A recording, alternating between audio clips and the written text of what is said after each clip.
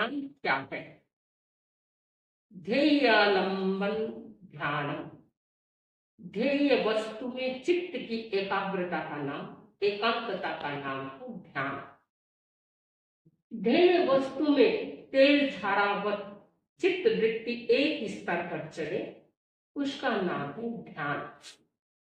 हमारा मन सर्वार्थग्राही है। इंद्रियां अपने अपने विषयों की ओर उसे आकर्षित करती रहती है। कर्णेंद्रिय से शब्द टकराया, मन उसकी ओर आकर्षित होना शुरू हो गया। आंखों के आगे एक रूप आया, मन दौड़ने लगा। घ्राणेंद्रिय से गंध का अनुभव हुआ, शब्द उसमें लुभा गया। इस प्रकार बाहर की ओर दौड़ते हुए इस मन को भीतर की ओर लेकर आना, एक बिंदु पर एकाग्र करना, विचारों के बहते प्रवाह को एक ही धारा में प्रवाहित करने का नाम है ध्यान। ध्यान शब्द के सामने आते ही हमारे मन में दो प्रकार की स्थितियां उभर कर आती है। पहला है मन की एकाग्रता और दूसरा मन का निरोध। मन की एकाग्रता में आलंबन की जरूरत रहती है। वह आलंबन किसी वस्तु या अवस्था का लिया जाता है। मन की एकाग्रता में हम उस बच्चे से तुलना कर सकते हैं जो बच्चा अपनी मां की अंगुली के सहारे सहारे चलना सीखता है, और निरोध की कल्पना हम उस किशोर से कर सकते हैं जो अपने ही पैरों पर चलता है, जिसे किसी दूसरे के सहारे की अपेक्षा नहीं होती है। इस प्रकार से ध्यान के दो प्रकार बनते हैं, स्वावलंबन ध्यान और निरावलंबन ध्यान। स्वावलंबन ध्यान अर्थात आलंबन सहित, इसमें परिकल्पना की जाती है।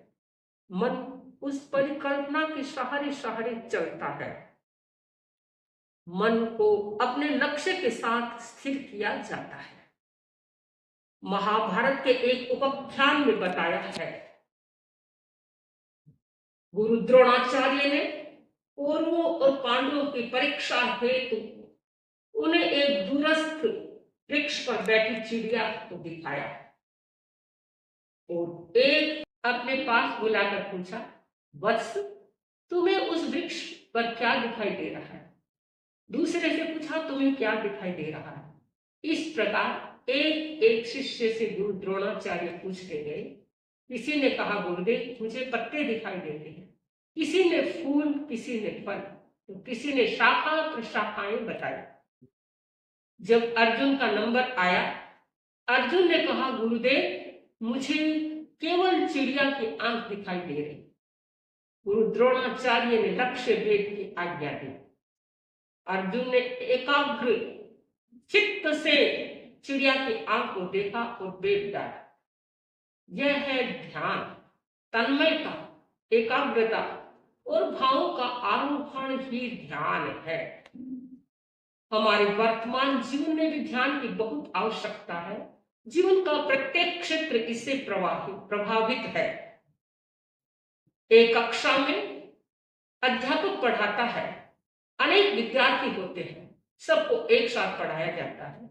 जब परीक्षा परिणाम आता है तो एक विद्यार्थी प्रथम स्थान को प्राप्त करता है और एक विद्यार्थी अनुत्तीर्ण। ऐसा क्यों होता है? परीक्षा में, कक्षा में प्रथम स्थान को प्राप्त करने वाला विद्यार्थी जब गुरु पढ़ाते हैं तो अध्यापक के वचनों को ध्यान से श्रवण करता है, घर जाकर उस पाठ को पुनरावर्तन करता है, और जब पेपर सामने आता है तो पेपर को ध्यान से पढ़ता है। हल करते समय एकाग्रता से उत्तर देता है। अनुत्तीर्ण होने वाला विद्यार्थी शरीर से कक्षा में बैठा है, पर मन से न जाने कहां कहां उड़ाने भरता है, यात्राएं करता रहता है। न घर में जाकर पुनरावर्तन करता, न पेपर को ध्यान से पढ़ता है।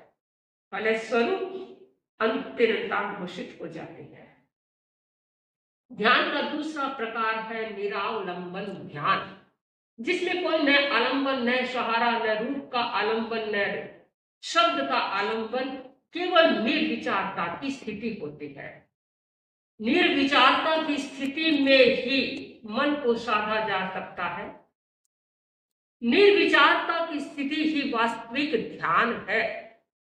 इस जिस प्रकार अभ्यास करते करते एक ज्ञानी भी अज्ञानी भी ज्ञानी बन जाता है, मूर्ख विद्वान बन जाता है, वैसे ही अभ्यास करते करते ही निरावलंबन ध्यान की अवस्था प्राप्त होती है।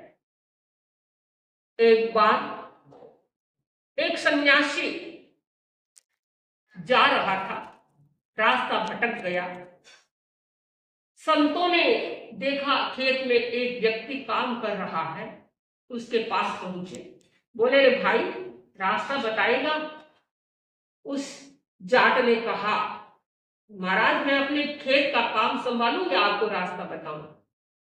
संतों ने कहा भाई काम तो सदाई करते हो, खेत को संभालते ही हो, आज हमें थोड़ा रास्ता बता दो, हम मार्ग भटक गए हैं। चौधरी ने कहा महाराज आगे कांटे ही कांटे हैं, ऐसा करो आप कि मैं आगे आगे चलता हूं, मेरे जूतों से कांटे नीचे दबते जाएंगे और आप मेरे पीछे पीछे आ जाना। आगे जाट चलता गया, पीछे संत चलते गए। जब मार्ग दिखाई दिया तो उस चौधरी ने कहा महाराज वो सामने देखो रास्ता जा रहा है, नाक की डंडी की तरह सीधा, कहीं मुड़ना नहीं, रुकना नहीं, सीधे सीधे चलते जाना। फिर अपने जूते खोले और बोला महाराज पान लागू, प्रणाम कर रहा हूं, मैंने आपको सीधा रास्ता पकड़ाया है, आप भी मुझे एक सीधी सी ऊपरारी लाइन पकड़ा दो। संतों ने कहा भाई पकड़ा तो देंगे पर कठिन है। जाट बोला महाराज कोई बात नहीं, आप मुझे सीधी सी लाइन पकड़ा दो, मैं पकड़ने के बाद में किसी चीज को छोड़ता नहीं हूं। संतों ने उसको कह दिया मन का गुलाम नहीं बनना। जब भी जिस कार्य की ओर उसका ध्यान जाता है तो पहले सोचता है अरे कौन कह रहा है, मन कह रहा है, मुझे मन का गुलाम नहीं बनना है। इस निर्विचारता की भावना से उसको केवल ज्ञान की प्राप्ति हो गई। यही है निरावलंबन ध्यान। इस निरावलंबन ध्यान के द्वारा ही हम अपने लक्ष्य तक पहुंच सकते हैं, लक्ष्य की सिद्धि कर सकते हैं। इन भावों के साथ ओम अर्पण।